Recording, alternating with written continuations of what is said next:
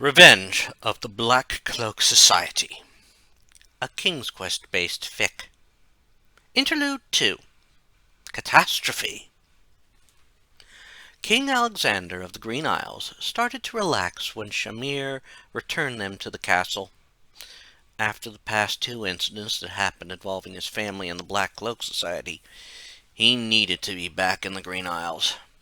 He needed to look more into the evil group of wizards and find out what their master plan was. In fact, it was one of his top priorities. He started to move to his throne when he noticed a figure standing at the door. It was a figure with whom he was familiar. It was the head of the castle guard, a humanoid dog. "Saladin, I hope all is well." He watched as Saladin nodded. "It is well, sire.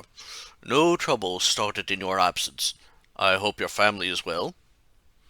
Alexander didn't answer, but the guard dog knew how to read his expressions. "The Black Cloak Society, sire?" He nodded, trying to keep his face calm. "Yes, it seems that the members of that society seem to know how to cheat death. First the witch Dahlia returns from the dead, then Hagatha repeats what she tried to do to my mother, but to my cousin.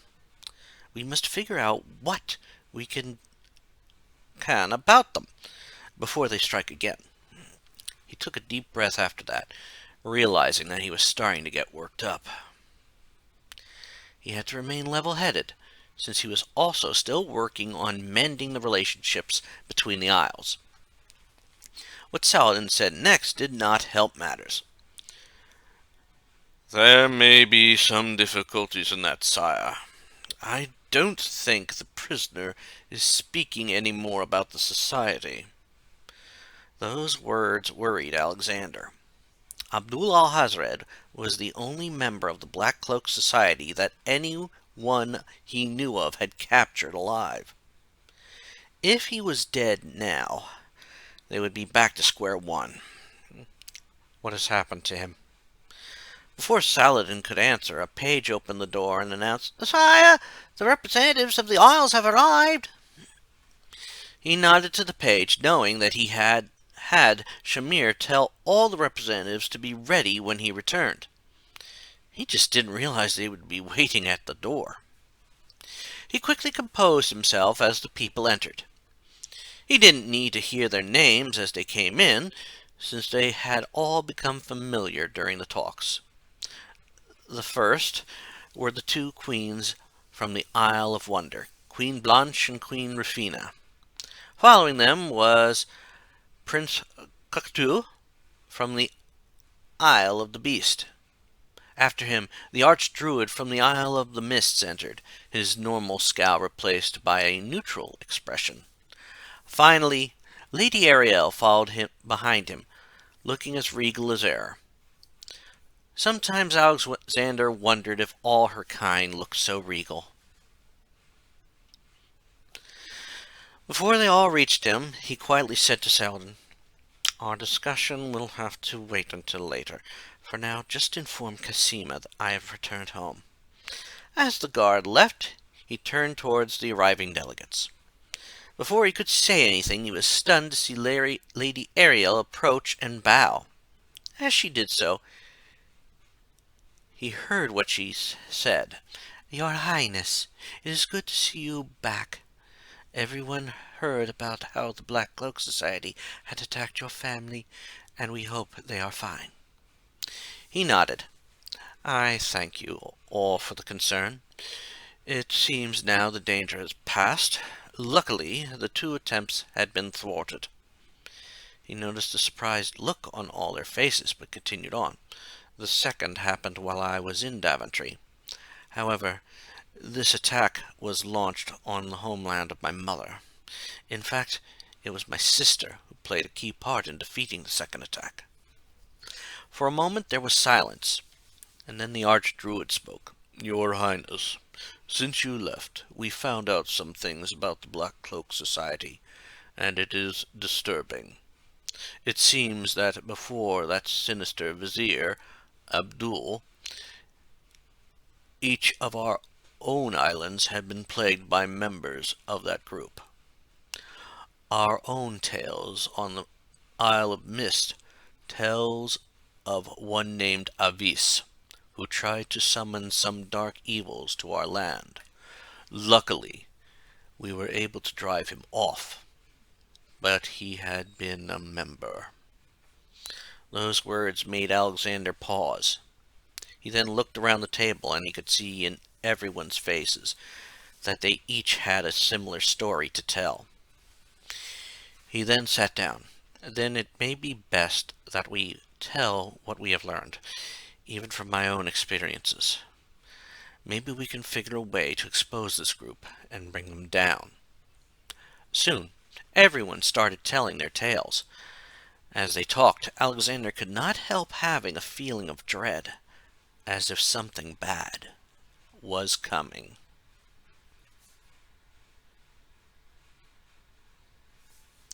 Derek Carlavagan was feeling better after what had happened at Castle Daventry. He was still unsure what had hit him, but it was enough to send him home to recover. At least when he came home, he was not alone. Cedric, the owl familiar of Crispin, was with him. The owl made for good company and helped him from going stir-crazy. While he was recovering, he could not work on his historian duties. He had been forced to reread his writings and doing some edits to them. However, there wasn't much to change, and he would have run out of stuff to correct. This included the document he had been working on when the incident happened. As he thought about that, Cedric flew into the room and landed on a chair. The owl looked at him for a moment before speaking. "Good morning, Derek. I hope you are feeling better today. I had told Crispin you may be able to return to Daventry soon." Derek felt some relief in that news, especially with what he had learned before he had been sent back to his home. "That's good. Once I get back, I can tell the king what I have learned from my books. It is regarding the Black Cloak Society." He waited as the owl flew over to his bedside. He could tell the words had caught the owl's interest. He then started to get up as the owl spoke. "Crispin has been trying to find out information for years. How did you manage to find it?" He got up from the bed and started to head out the bedroom door. As they left the room, Derek answered. "It was in one of Manannan's books. It contains the whole history of the group, as well as a list of all members. However, there is something odd about the pictures." He led the way down to the study, which years ago belonged to the evil wizard. Even after all this time, he did not remove a single book. He had hoped to go through every book in hopes he could learn more about the horrid youth of King Alexander. Of the books he had been able to go through so far, he only learned about how evil Manannan had been. Each of the books talked about very dark magic, but the one he had left on the desk was the tome he was talking about. He watched as the owl landed next to it and looked at it. The cover was black, and one could tell by looking at it that it radiated evil. He hadn't dared open it again since what had happened at the castle, but now that he was feeling better, he was going to chance it. As he neared the book, he heard the owl say, "Is that a listing of the members of the Black Cloak Society? It looks like the book that has the members of the Wit." He opened the book, turning through the pages until he came to a picture of Manannan. It is. It shows a picture of members who are still living, while the ones who have died are in gray. See? His picture currently shows that of a black cat. As he pointed at the picture, he was stunned to see it starting to shift and change. Soon, instead of looking at a feline face, he was looking at the hard, evil face of a man with a long gray beard. A chill started to go through his body, since he had a feeling what that meant. He had seen a picture change before. Before he could even explain, he heard Cedric go, "Was that supposed to happen? Something about that makes me feel uneasy." He shook his head and looked at the owl. "No, I saw that happen before, except it was Shadrach, and he went from an old man to a young man. However, what is worse is that the picture wasn't gray. I fear this means Manannan is returning. We better get out of here before he gets here. This was his home." He started to get up, but before either could even move, the trapdoor in the room exploded. Derek was not surprised, nor when two wizards emerged from the trapdoor. The one was Manannan, and he had started to point his wand at him. Derek had a feeling what was coming, and expected the other wizard to kill him as well, since it was the young man that was Shadrach. However, that one aimed his wand at Cedric, and red light came out of the wand. Once the owl fell, he saw the green bolt come from Manannan's wand and strike him. With that strike, he realized it was his last sight.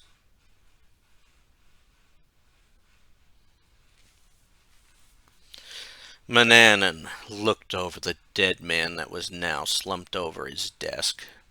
He found it disturbing that this man had desecrated his home, and even went through his magical tomes. The most disgraceful thing was that they had found his book of Black Cloak Society members. Of course, it had not been destroyed when he was turned into a cat, but those that went through his tomes had to be punished. He then looked over at the owl that Shadrach had attacked. He had recognized the owl as the familiar of Crispin. He let a brief sneer cross his face as he looked at the fallen bird. He knew the bird wasn't dead, but he did hope the plan was to kill it. "That bird is aware of who we are. Are we going to kill it?" He was not surprised when the other wizard shook his head. This is only an inconvenience, and I may be able to work this into the master plan." He nodded, remembering the full details of Shadrach's master plan, and remembering what it meant. He was the only person that Shadrach told the master plan to, and he was honored to know about it. The master plan was for the various individuals who had been defeated by the royal family of Daventry to come back for revenge. It was a revenge that would not happen, but feed the spell that would revive them all and bring an end to the royal family. It would also give the Black Cloak Society what it needed to fully rule all the lands. And only one wizard had the power to pull it off. He turned to Shadrach and nodded. "Of course, the master plan is important. I was only concerned since the owl seems to know who you are now, or knows enough to tell." He then waved his wand to begin cleaning his inner sanctum. "I take it Alexander knows I'm back." An old wicked laugh came out of the young man's face. It was the only thing that would hint at how old and powerful Shadrach was. "He will realize something is amiss very soon. Right now, the transformation on him is only starting. It will take some time for the spell to take full effect. However, I'm sure he will get here before the transformation is complete. Just don't make his victory too easy. We don't need the royal family suspecting something yet." He nodded, and then looked at the owl again. So where are you going to take the owl? He watched as Shadrach picked up the owl.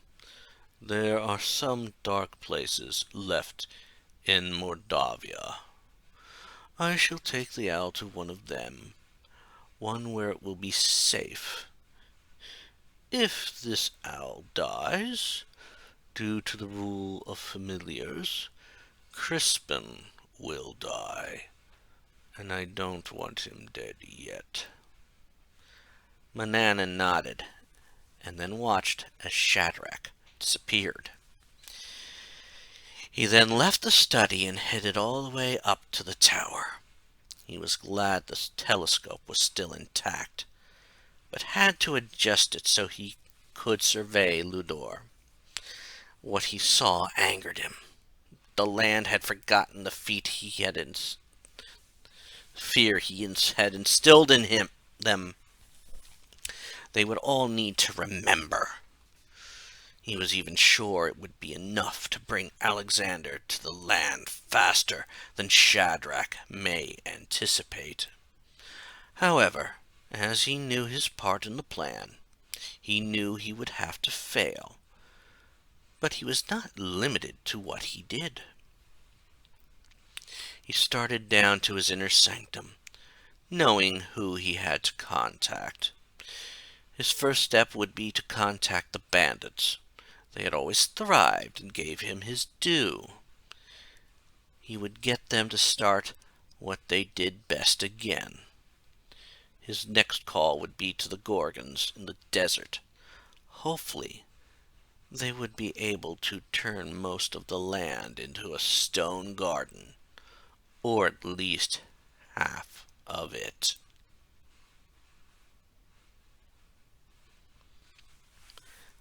Queen Cosima had been happy to hear that her husband had returned. It had been a trying time for them, especially with the events that had happened in Daventry. It was disturbing to know that the Black Cloak Society was still at large. She was all too familiar with how they operated, having been in the clutches of two of its members. First, she had been a servant to Mordak, which had been awful. After that, she had almost been forced to marry Abdul al-Hazred. To be honest, she would have preferred being Mordak's servant over that. Now she was married to the man she loved, and he was home. She made her way to their throne room, but she paused for a moment. She had important news to tell her husband, and she wondered how best to say it. It was amazing news. But with past events, she was a little fearful that he would be worried. For a moment she paced in the hallway. She needed to figure out if it was better to tell him now or wait a little bit. Should she tell him right away or wait for a bit and give him time to recover from the events that made him go to Daventry? She knew he didn't have time to recover when he got back, remembering all the delegates that were waiting for his arrival. Alexander needed a few moments alone. Once she made her decision, she was stunned when a loud scream echoed through the halls. The scream came from only one place, their bedroom. Panic started to go through her as she rushed to the bedroom. She noticed all the guards coming, led by Saladin. Jallo was also rushing to the door. She could see the concern in the court jester's eyes. He had become a true friend to Alexander when he came to the Green Isles. When they all reached the doors, she bravely opened the door and was followed into the room by Saladin, Jallo, and Shamir, who had just appeared. She looked around, trying to spy her husband, before noticing he was leaning forward in front of one of the mirrors. From that view, she could have sworn nothing was wrong. She cautiously approached, though, softly saying, "My dear, what's wrong? We all heard you scream." The moment he looked up, she saw in the mirror what was wrong. For the most part, he looked normal, but his ears had changed. They were no longer on the side of his head, but on top, and they looked feline. He had started to resemble a race she had seen once when her father was king. However, the look in her husband's eyes told her that his appearance was upsetting him on a deeper level. It was then he spoke. "I think something is wrong. We need to get my parents here. I have a bad feeling that Mananan is returning." She nodded and turned to Shamir. "You need to fetch Alexander's parents and find mine as well." She then turned to Jallo, who was the only other person in the castle that knew her news. "Jallo, I want you to run into town and see if anyone may have something to help with this." Once the jester nodded and left, she led Alexander to a bed. "Right now, it is best you get some rest." She was thankful when he nodded. "It may be wise, but I cannot rest for long. I have the feeling that the cat cookie I had given to Manana had been undone. This must be part of the Black Cloak Society's plans." She then held his hand as he got on the bed and laid down. She gently rubbed his hand, trying to calm him. For a brief moment she noticed a content look across his face. However, in that content look, she could also see puzzlement. She had remembered that Mordak had captured Alexander in hopes that her husband, would undo the spell, and he had no idea how to. After a few moments, she shuddered and started to wonder. It was the same thing her husband wondered. Who knew how to reverse the spell? She then hoped everyone would be brought here soon.